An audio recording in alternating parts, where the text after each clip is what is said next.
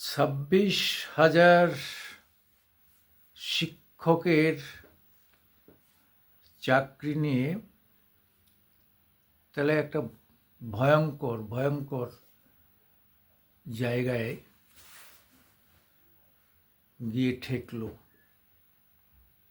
সোজা কথা হচ্ছে, আজকে নতুন যে সঞ্জীব খান্না নতুন যে সিজেআই অর্থাৎ chief justice of India supreme কোর্টের, তিনিও 26,000 শিক্ষকের চাকরি যে যথেষ্ট গোলযোগ এবং দুর্নীতির মধ্য দিয়ে হয়েছে সেইটা কিন্তু স্বীকার করলেন। এদিকে আবার কাকুকে সিবিআই টেনে নিয়ে গেল। তাহলে কোথায় গিয়ে ঠেকবে?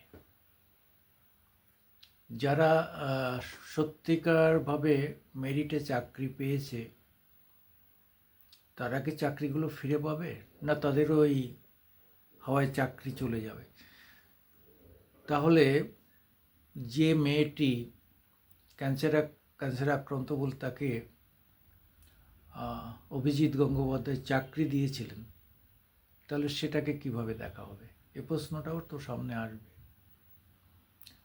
কিন্তু কথাটা হচ্ছে যে যারা টাকা না দিয়ে মেরিটের জোরে সিলেকশন হয়েছিলেন তাদের তো দাবিটা ন্যায্য, কিন্তু সেটা প্রমাণ করা যাচ্ছে না। এসএসসি প্রমাণ করতে পারে একমাত্র যে কাদের তারা প্রথম সিলেকশন মানে পাস করেছিল, টেস্টে কারা পাস করেছিল। কিন্তু আবার আর একটা প্রশ্ন হচ্ছে যে যে জায়গায় 26,000 পরীক্ষার্থী পরীক্ষা দিয়েছে, তাদের একটা প্যানেল তৈরি হয়েছে, সেখানে আবার কেন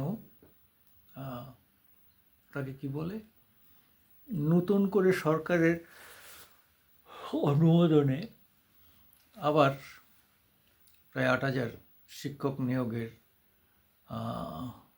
করা হলো? মানে এই যে অতিরিক্ত শিক্ষক নিয়োগের ছাড়পত্র ক্যাবিনেট থেকে নেওয়া হলো, তাহলে কোনটা ঠিক? এইটা ঠিক করতে গিয়ে হাইকোর্ট থেকে সুপ্রিম কোর্ট সবাই হিমশিম খাচ্ছে। মানে এটার মধ্যে এত গোলযোগ হয়ে রয়েছে, 1:2:3:4:6, এই যে এত অনুপাত, এই অনুপাত মেলানো খুব কঠিন থেকে কঠিনতর হয়ে উঠছে। কেন উঠছে? যে এর সঙ্গে অনেকে জড়িত। সরকারের ক্যাবিনেট জড়িত, স্বাস্থ্য দপ্তর জড়িত, এসএসসি অর্থাৎ যে সংস্থা রিক্রুটমেন্ট করে তারা জড়িত। মানে সব মিলিয়ে এমন একটা জগা খিচুড়ি হয়ে গেছে। বা সম্ভবত কোর্ট জড়িত, কোর্টে যারা মানে পাশ করেও যারা চাকরি পায়নি তারা কোর্টে গেছে, তারা কোর্টে যাওয়ার ফলেই তো খেলাটা জমে গেল। এই যে জটিলতা, এই জটিলতা থেকে বেরিয়ে না আসতে পারলে মানে মানুষের কিন্তু একটা ক্ষোভ, ভয়, ভীতি, ঘৃণা এগুলো জমতে থাকবে।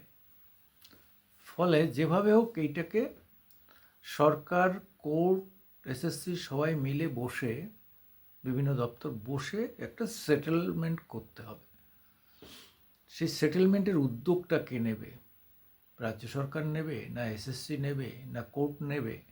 কোর্টও তো সবাইকে ডাকতে পারে, সব পক্ষকে ডেকে বললো যে আপনারা বসুন, বসে এই সময়ের মধ্য দিয়ে আমাকে এই ব্যাপারগুলো ক্লিয়ার করে দিন। কিন্তু কোর্টও কেমন যেন ঝেড়ে কাটছে না। বিচারপতি হঠাৎ করে তিনি সুমোটো কেস নিয়ে নিলেন, সিজিআই চন্দ্রচূড়। তাহলে বোঝা গেল যে তাহলে তিনি তাড়াতাড়ি কিছু করতে চাইছেন। তারপরে দেখা গেল তিনি তারিখ পে তারিখ, তারিখ পে তারিখ, তারিখ পে তারিখ, সে সানি দেওয়ালের গল্প করতে লাগলেন তারিখ পে তারিখ। এবং প্রশ্ন উঠল যে এর পিছনে একটা বিরাট 8 কোটি টাকার একটা ঘাবলা হয়েছে। এরকম অনেক রকম অভিযোগ কখনো কখনো আইনজীবীরাও তুলেছে। যাই হোক, সেগুলো তো প্রমাণ করতে পারবো না, কাজে সেগুলো বলে লাভ নেই। আমরা জানি আমাদের বিচার ব্যবস্থা সর্বোচ্চ এবং সব থেকে নিষ্ঠাবান, এটাই আমরা বিশ্বাস করি, বিশ্বাস করতে অভ্যস্ত এবং সেই বিশ্বাসটা রাখতেও চাই। কিন্তু মানুষ কিন্তু সন্তুষ্ট নয় কোর্টের উপর। তাদের শেষ লাস্ট রেজর্ট, একটা কথায় বলতে, তার লাস্ট রেজর্ট বা শেষ আশ্রয়স্থল ছিল কোর্ট।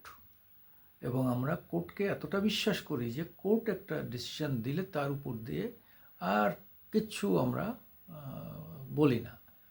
কিন্তু ইদানিং সেখানেও একটা শূন্যতা।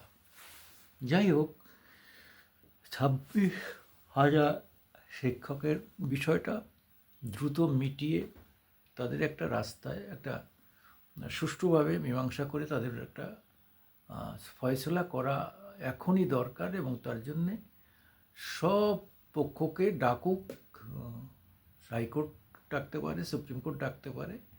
হাইকোর্টে ডাকাই সুবিধা হবে, সুপ্রিম কোর্ট কিছু ডাইরেকশন দিয়ে হাইকোর্টে উভয় পক্ষকে নিয়ে বসে একটা জায়গায় কমপ্লিট করে দিলে এইটা একটা জায়গা একটা সমাপন হয়। না হলে এই যে ঝুলিয়ে থাকা, এই যে যন্ত্রণা, এই করতে করতে সে 16 থেকে 8 বছর চলে গেল।